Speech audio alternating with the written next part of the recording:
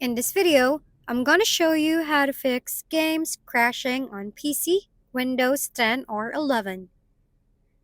To start, right-click the Start menu button,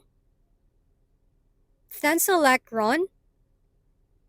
After that, simply type this and click on OK.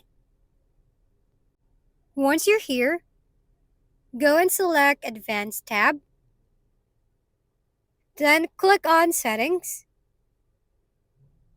Select the Adjust for Best Performance, then click on OK and close the window.